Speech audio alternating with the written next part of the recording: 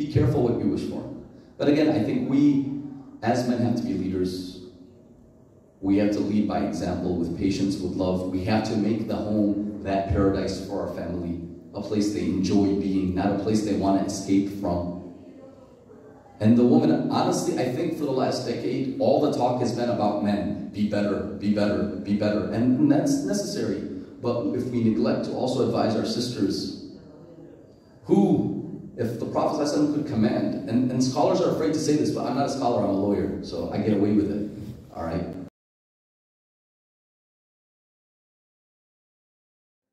What's a good way to start the process of being forgiving people? What's what? A good start or a good process of being forgiving to others. How can you be forgiving to others? Yeah, a good start, beginning. A good start. I mean, honestly, it starts with dua.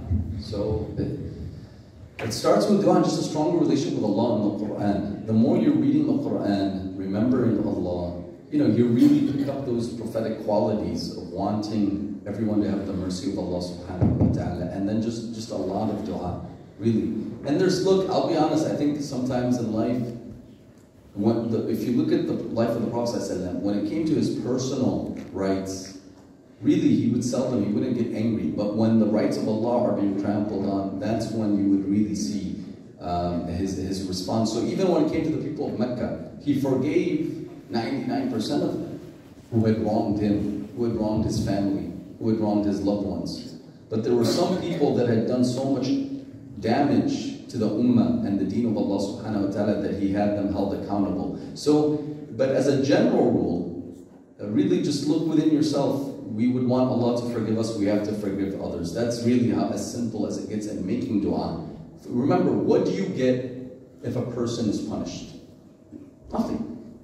You don't gain when someone else is punished. But what do you get if their life is transformed? If they fix their ways? If they make up for the wrong that they have done? If they become a better person? If they learn from it? We all grow. If someone is punished, it doesn't benefit us. But if they're transformed, we all grow as an ummah. And remember, Allah subhanahu wa ta'ala also says that if Allah were to hold humanity accountable, there wouldn't be a fly left on this earth. Life would cease to exist. I mean, if Allah just held us accountable for our own shortcomings and mistakes, we wouldn't even exist. The earth would swallow us whole. But He forgives us. Let us forgive others. Next. Assalamu alaikum, Shaykh. Yes. First of all, Jazakallah khair for the talk that you delivered earlier. You mentioned in the talk, you spoke a bit about gender roles. So I just want to kind of, on that point, we know one of the biggest issues we have today is with children and how they miss out on the tarbiyah that can be offered from the father and the mother. Sure. So what's the best way to address this particular issue about the roles that a father and the mother, in line with their professions and their duties in the home and outside? Because when we do address it, then there's always one side gets offended or there's arguments break out. So how do we tackle this issue of the roles of the father and the mother so that the family unit can be such that we can give due to the children as well? It really starts at the parents recognizing that they are a team and they're not in competition with each other. They're a team and they complete each other. And it is impossible for one person to do it all. It is impossible for one person to provide the income, the housing, the health care, the nurturing care, the education, the cleanliness, the food, It has to be a teamwork, and everyone's role is critical and essential. We live in a time where there's a lot of dajjal, a lot of confusion. And there's also, it's very clear, raising children and maintaining the home from internal aspect when it comes to the food, the cooking, raising the children. It's not easy, it's very difficult. But so is being responsible for the life of the family. The husband is if the family is threatened, the husband will sacrifice his blood and his life to keep the family safe. If the family does not have enough to cover its bills, the husband will not sleep, working day and night to provide for the family. That is the response, and that's not easy either. Now, there's an illusion that is being promoted that a woman would be happier if she has her own independent career. That is a delusion. That is an illusion. It falls and it fails against the test of reality. So studies have shown statistically, and again, that's not to downplay, mashallah, I'm sure again we would appreciate some female doctors that can treat female patients. But those doctors are making a great sacrifice because their life is more challenging. Allah subhanahu wa ta'ala says, فَضَّلَ بَعْضُكُمْ عَلَىٰ He gave some of you strength over the others. The strength of the man is being out there. And then how does Allah describe the woman? وَالصَّالِحَاتِ They are righteous. Why are they righteous? They're righteous because while the husband is out there in the filth of the dunya trying to earn a living, doing trade, subjecting themselves to tremendous, not just physical danger, but spiritual danger. The ideal mother is protected, muhsinat, sheltered within the fortress of her home, raising the children, devoted to ibadah. This is a blessing. It's a gift. But again, we live in a toxic, dajjalic environment of this world that plagues all societies. I'm not just talking about UK or America, but even the Middle East, that takes people away from their fitrah and deceives them. So the perception is, oh, well, you know, I'd be happier with a 9-to-5 job, or I'd be happier if I had a career as well. Studies are very clear that women who devote themselves to raising the next generation of leaders, yes, it's not easy. Raising children isn't easy, but their life is still less stressful and more comfortable than those that instead of having a few people they're responsible for, have a whole company they have to answer to. Allah honored us. Why do we seek other than that? So I think it starts with both the husband and the wife embracing their traditional roles. And with that, building a team. And it isn't easy, but again, you look at some of the greatest scholars in Islamic history. A lot of them, it was through the sacrifice and the effort of their mothers that gave us Imam Malik and gave us many of the greatest scholars. What is it that we're looking for? Are we looking for fame? Are we looking for recognition amongst the people, or the pleasure of Allah? I will tell you, I am almost certain that more beloved to Allah than maybe the scholar that travels the world doing da'wah is the woman that is hidden in the modesty of her house, raising her children. I don't doubt that her wilayah in our time is perhaps greater than the wilayah of Sheikh so-and-so and so-and-so that is traveling and doing the work of Islam. If I had to bet, if somebody showed me a famous scholar personality or a woman who is modest within her home, raising her kids, and I could have the akhirah or one or the other, I would think that the safer one is the one that is, you know, raising that next generation. The hadith are very clear. When you're out there in the public, you have to worry about riyah, showing off, sincerity, ikhlas. Shaitan comes at you from every angle. You know, there is also a taste of the dunya within it. But if you're committed to modesty and raising your children, it's a completely selfless act. And that's why the hadith are clear. You know, for me, I have to maybe go in the path of Allah, right? Struggling in the path of, maybe sacrifice my life in the path of Allah in the right context, right? To get the reward our sisters can get by raising the next generation of scholars and leaders. You know, what are the hadith? I mean, we belittle it, subhanAllah. But the hadith that a woman whose husband is pleased with her and is raising her kids and is modest, she can enter the door from the Jannah from any door she pleases. I don't get that. For me to enter any door, I got to do the work of that door. I have to fast. I have to go in the path of Allah. I have to give in sadaqah. I have to do all these things. Again, nobody's saying the work of the woman is easy. No, it is challenging. But its maqam is great. We got to step up with the standards of Allah subhanahu wa ta'ala. And please, sisters, feel free to ask or push back. But I just, as a lawyer, I've seen it all. People open up to me about all of their problems. I can't tell you how many households I've seen fall apart.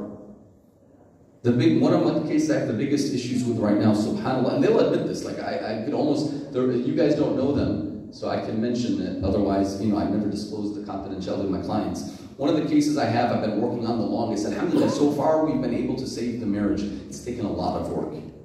The reason they're having all these problems is the husband was the provider, and the wife, alhamdulillah, was being taken care of. And she's a great woman, mashallah, nothing but respect to her.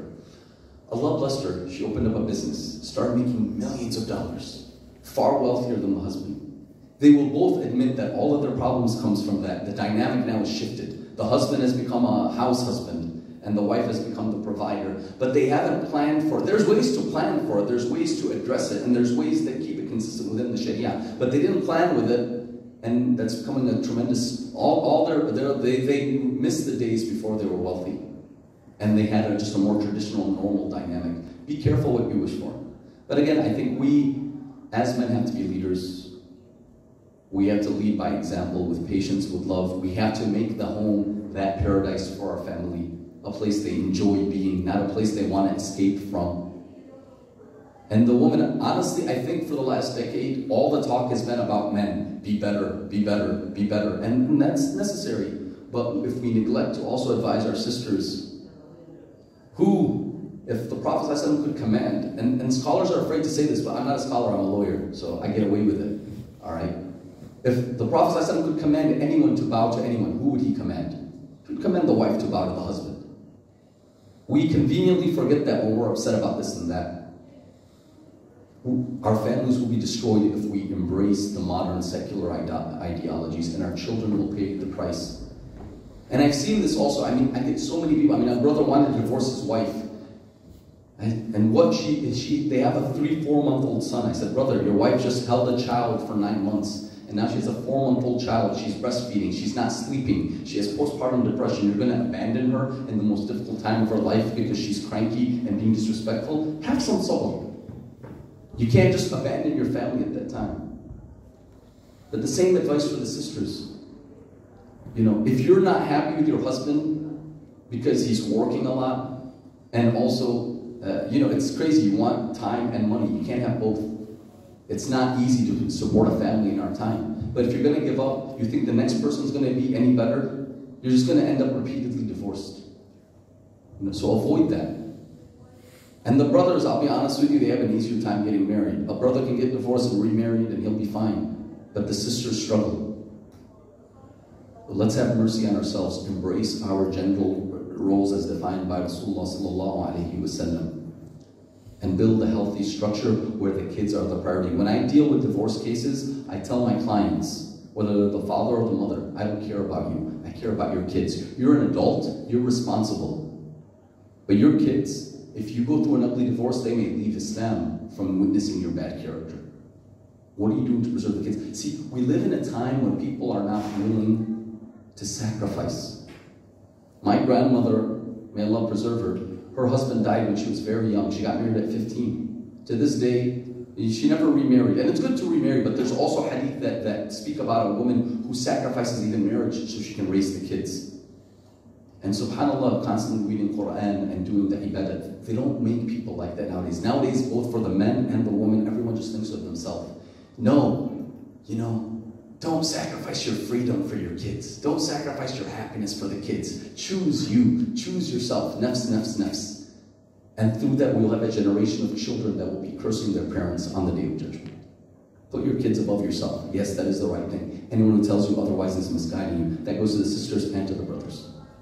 Okay, it doesn't mean, I'll finish, it doesn't mean you stay in an unhappy relationship for the sake of the kids, but it means you put in the effort to make it happy. And honestly, in my experience as an attorney, the problem isn't the other spouse. The problem is just the individuals. They can change spouses, but you're not changing yourself. You're going to have the same problems again and again and again. Fix yourself. Yeah. So I have a question, inshallah. So we have an epidemic of, it's not exclusive to the Muslim community, but younger people getting divorced after a few months, a few years, you know.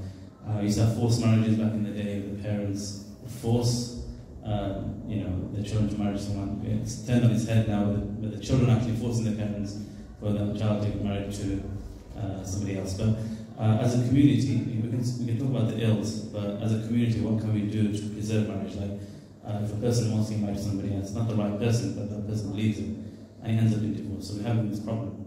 As a community, what can we do as leaders of the community in protecting and preserving marriage and going about that? Because in this day and age, if someone wants to do a nikah with someone, they'll just find somebody to have the witnesses and so on. So as a community, how can we sort of... So I'll be very candid, and you know, I've said this before, some people like it, some people hate it, but I deal a lot with the youth. You know, and I'm sure as you do. And, you know, amongst the religious circles, the bad thing is, oh my God, somebody had a girlfriend, but he got witnesses, he didn't, got made a halal, what a bad guy. No, the bad guys I got are sleeping with a different woman every night. So, quite frankly, I would say it's better to get divorced 100 times than to do zina once. I will say first, facilitate nikah, make marriage easy. And guess what? In our culture, I think people getting married at 18, 19, 20, they probably will end up getting divorced because they haven't fully developed mentally, they don't know how to handle things, they don't have the right support systems. But that's still better, sister, get married young, even if it doesn't work out, then you're falling into haram. When that's the alternative, and a lot of times it is. If that isn't the alternative, no, wait, be patient. If you don't need to get married now, don't get married. Learn, build yourself, build your character, be the best version of yourself. But if it's between that and falling into haram, we got to be realistic with our youth. And then the other thing is, I think just, again, raising people to be people of patience, of wisdom, of knowledge, building a culture and a society where people also know how to give good advice or no advice at all, where people mind their own business. A lot of households are not broken because of the couples, but because of the in-laws, because of the neighbors, because of the friends, everybody running their mouth. Mind your own business. The first hadith they teach is leaving that which doesn't concern you. You know, the Prophet ﷺ taught us that a person who turns his wife against the husband, or basically breaking the fire, is not of us. There's people who do that, and they enjoy doing it. They enjoy the drama. And by the way, all the people giving you the advice in that time and shaking things up, when you're alone to raise these kids and you're struggling, they're not going to be there for you. So be careful who you take advice from. Anything from the sisters? I know we got a couple from the brothers. Yes? Go ahead.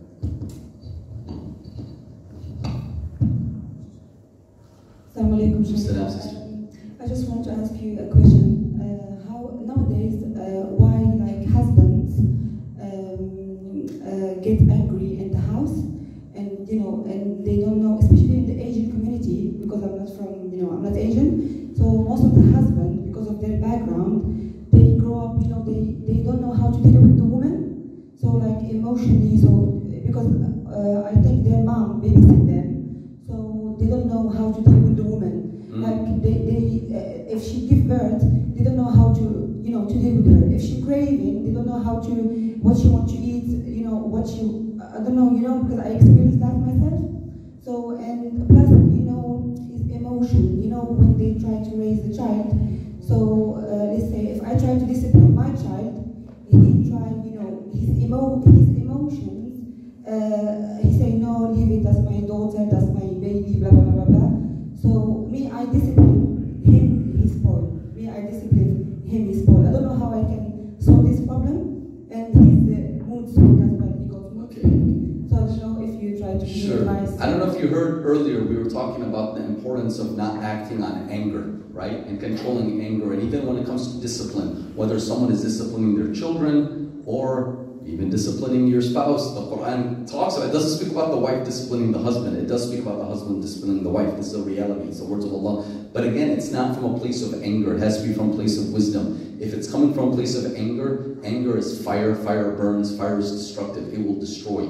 I've seen a person just act out on anger once and maybe not even do anything that serious, but it broke the marriage for years to come. Just one incident of losing your anger. So look, I got to be real. I think brothers have to control their anger, and sisters also have to control their tongue.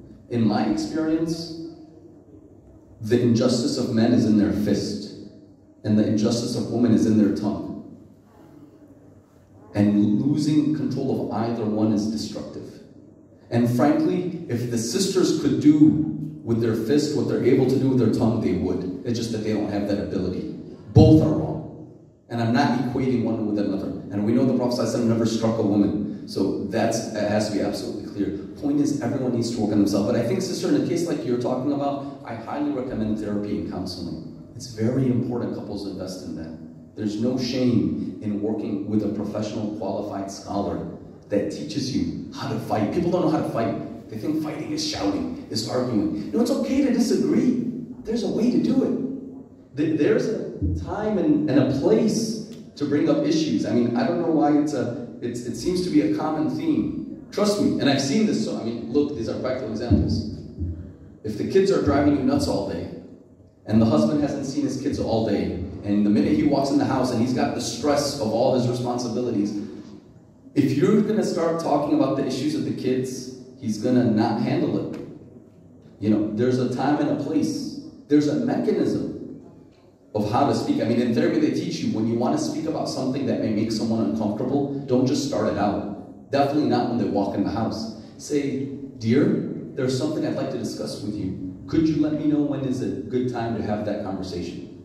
And then you should be trained, both of you, so the husband knows, okay, this is something serious, and I should do it when I'm in a good place. Now the responsibility is on the other partner to give you a reasonable time. You can't just say, okay, no, and put it off forever. No, within a reasonable time. The problem is we have the wrong conversations at the wrong time in the wrong context. And everybody's thinking of themselves, no one is thinking of the other. So yes, the husband should think, okay, my poor wife's spending with the kids all day, they're driving her nuts. She probably needs a break. But the wife should also understand, my husband just came home stressed from work and just needs to take a breather, not be loaded with more problems. And I honestly just think people don't know how to be men and women anymore. They don't know how to be husband and wife. We need professional counseling, we need training. And inshallah, we both pursue our responsibilities. I can't tell you in this, hey, it's a constant struggle, how to be the best husband or how to be the best wife. The details, that's something you will learn over a lifetime. But the process, and I think this is what it comes down to. You need to have qualified people you both trust. Because what happens is, husband thinks he's right, wife thinks she's right, no one can tell them otherwise. And they only listen to their echo chamber. So the friends that tell her you're right, she listens to. The friends that tell them you're right, listens to. Those who say, no bro, you're doing this wrong, they cut them off. Setting yourself up for disaster. You both need to have the same individuals, be scholars, therapists, that you know what, I'm willing to trust their opinion. When I say I've overstepped, I've overstepped. And the right people, not the people with the wrong mentality. But I encourage therapy and counseling. It's a good investment, man. It's definitely a good investment. So people, because what it is, it comes down to people unable to regulate their emotions. So if the wife just gave birth, the hormones are off, and she's breastfeeding, and she's not sleeping, it's a lot harder to regulate your emotions because of that. That's just natural. It's harder to regulate your emotions because of a lack of sleep. You know, sleep deprivation is like intoxication. You know, people, if they get drunk, they're more likely to get in a fight. Well, if you're not sleeping, you might as well be drunk. So then you're not regulating your emotions, and as a result of that, you will do and say wrong things. Now for the husband, he's also got to remember, okay, she's sleep deprived, let me have mercy. But the husband has to regulate his emotions. If she doesn't regulate her emotions, and he doesn't regulate his emotion, it's going to be a nuclear bomb, it's going to be a disaster. Both parties got to work on themselves. It's not an excuse to lose control of your tongue. Look, Allah gave you teeth and lips, 4 barriers. You know, you don't have to act just because you're feeling a certain way. We got to learn to control it. Because the other dangerous thing, the flip side of that, is we say, well, I just have postpartum depression, so I'm expected to act this way. So I'm just going to keep acting this way, and he should be a man, and he should control himself. Well, he's a human too. You know, if you're struggling, he's going to struggle. So don't use depression, postpartum, as an excuse to keep behaving. Yes, as a husband, I should use it as an excuse for haram. She didn't mean it. She's going through a lot. I'm going to be forgiving. Allah commands to forgive. But you should never use it. You should say, you know what? I want to hold myself to a better standard. I want to work on controlling myself. And the husband, same way. I need to hold myself to a better standard. Allah says in the Quran, do not let the injustice of others lead you to injustice. So if you're disrespected, doesn't mean you can react physically and violently. Did the Prophet ever hit anyone? No. We know what the hadith are about that. Again, we got to keep everything balanced. May Allah make us sources of peace and guidance. I personally, I'll give you my unbiased opinion. I think just a lack of understanding gender roles and how to embrace them, and a lack of respect and appreciation is what's destroying households. And I think both parties need to take responsibility. And I do feel, and maybe I'm wrong because I am a brother, maybe I'm bi, but I'm a lawyer and most of my clients are women. Most of my clients are women, a lot of them facing DV issues and others. I've done tens of thousands of free legal help for victims of domestic violence. I will still say, and there's nothing that excuses and justifies it, our scholars for the last decade, it was said that Islam is anti-woman, so they bent over backwards to show that Islam is pro-woman. So all they spoke about is women's rights. And they're afraid to talk about women's responsibilities. You know, if your husband calls you to bed and you refuse, the angels curse you. You can't even say that, Hadi. You know? And again, not that intimacy should be from compulsion, it should be from a place of love. But the point is, when for a decade the community's focused on rights and forgotten to talk about responsibilities, we've raised our daughters to be entitled and expecting, but not expecting to give.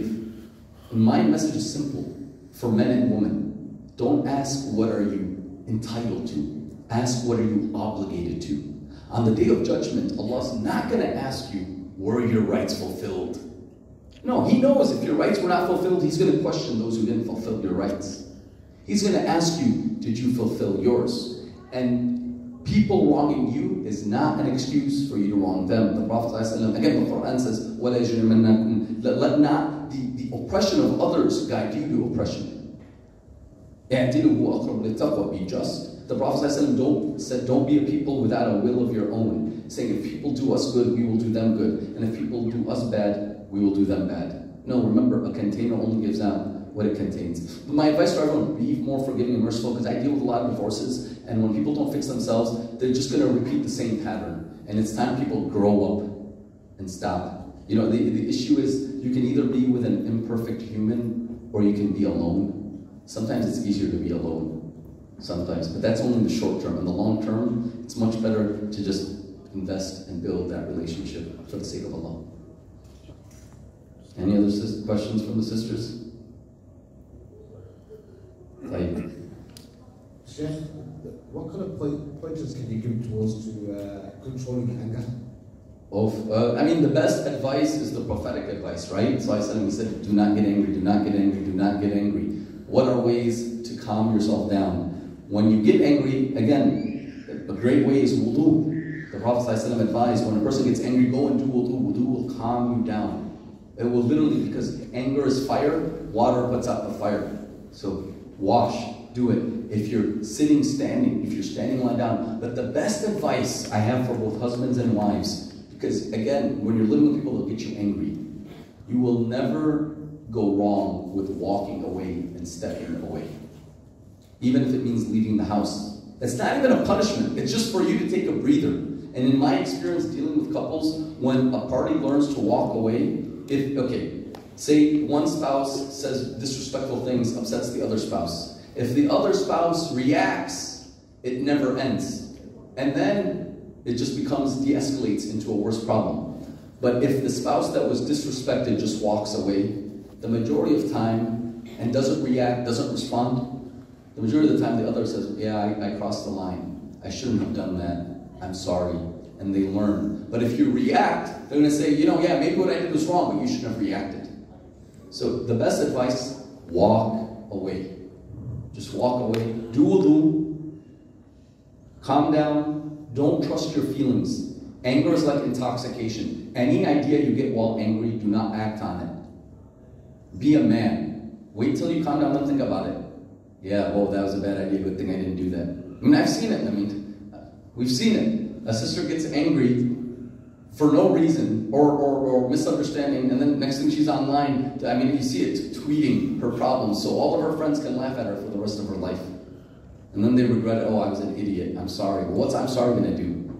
And then you may forgive her for the sake of Allah, but the damage is done. Walk away until your normal heart rate comes back, and then think about what the next step is. Yeah. Sisters? Yes?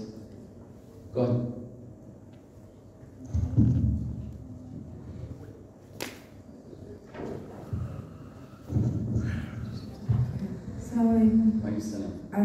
I just want to ask, in every relationship that you focus on your obligations and not holding someone else to account for them denying you your rights, when does it, or is it even, you becoming so passive that, because someone can perceive it as you're so passive, you don't care, you're indifferent, but really what you're doing is trying to avoid a bigger thing, and of course getting involved in the whole, that's my right, I want my right, you can't do that to me. And it's all for the sake of Allah. It's to say that I don't know how many things I've accumulated in my life, but if I do this right, and I do it for the sake of Allah, then maybe I'll please Him. And it's nowhere near the state of passiveness, like I'm indifferent, I don't care. No, that's even like that. Just before you answer, can we just make this the last question, guys? I know Sheikh can continue. Wallahi, the guy hasn't ate for 24 hours, subhanAllah. Last time he ate was last night at 9 o'clock. So can this be the final question? Inshallah. Yeah, exactly. And that's a great question, sister. Go ahead. Go ahead. I have a legal background. If you ever need to apprentice, subhanAllah, the work you do based on deen is something that I can only dream of. So, yeah. No, great question. And maybe you can join Muslim Legal. We can open up in the UK after this, inshallah. So, look, you focusing on your responsibilities, it should not in the long term lead to a toxic and unhealthy environment. You know, and if it is, then there are things that need to be addressed, and that's why we spoke very clearly about therapy, counseling, and the intervention of the right people, you know, to address those situations. Again, there's a general rule and there are specifics. Specifics is hard to speak about, you know, in public, and you know, it's very personally tailored. Look, there's something to be said about patience. The Prophet ﷺ in a hadith said that the wife who is patient over the misdeeds of her husband or a difficult husband, she gets the reward of Asiyah, right? And the husband that is patient over the misdeeds of his wife gets the reward of Ayyub alayhi salam. So there's great blessing in patience. But when that patience is opening the door to irreparable harm, damage, long-term injustice, then the corrective action needs to be taken with the right people, in the right circumstance, in the right mechanism. None of this should dissuade anyone from seeking out the right help. Yes, we should be patient. At the same time, there's circumstances where action needs to be taken. The Prophet ﷺ said, help your brother whether he's an oppressed or an oppressor. And helping, they said, how can we help him if he's the oppressor? Stop him from his oppression. You know, so there needs to be the right ways that these are dealt with. When it gets to that level, it's much better dealt with on a private and individual situation. People know best their own personal circumstance. You know, whether this is just the normal, you know, as Rumi said, how do you wish to be polished if every rub irritates you? There's the norm, and so a lot of people don't know what's normal, what's not. But there's the normal tension, there's the normal patience, and then there's situations that are just unhealthy for you and the children, and that need to be dealt with. So people should not be afraid of seeking counsel from the right elders. The problem we have is people no longer have the right elders in their life. They don't know who to talk to, or they don't trust anyone. We need the right people that can guide us, inshallah. May Allah subhanahu wa ta'ala grant everyone ease. Jazakumullah khairan, it's been an honor and a privilege. Special thanks to GRT and Quranic Insights and our beautiful and generous and gracious hosts. Jazakumullah khairan for everything you guys are doing. Our volunteers, thank you for all the great work you're doing. May Allah accept this session of knowledge from all of us and forgive us and make it a means of guidance for us and our loved ones. May Allah accept our sadaqah and make it a means of tremendous beneficial impact and make us amongst those beloved to Allah and His Messenger and those that are victorious in this life and the next. Ameen. Ya Rabbil Alameen. Subhana rabbika rabbil izzati amma yasifun wa salamun ala al mursalin. Alhamdulillah rabbil alamin.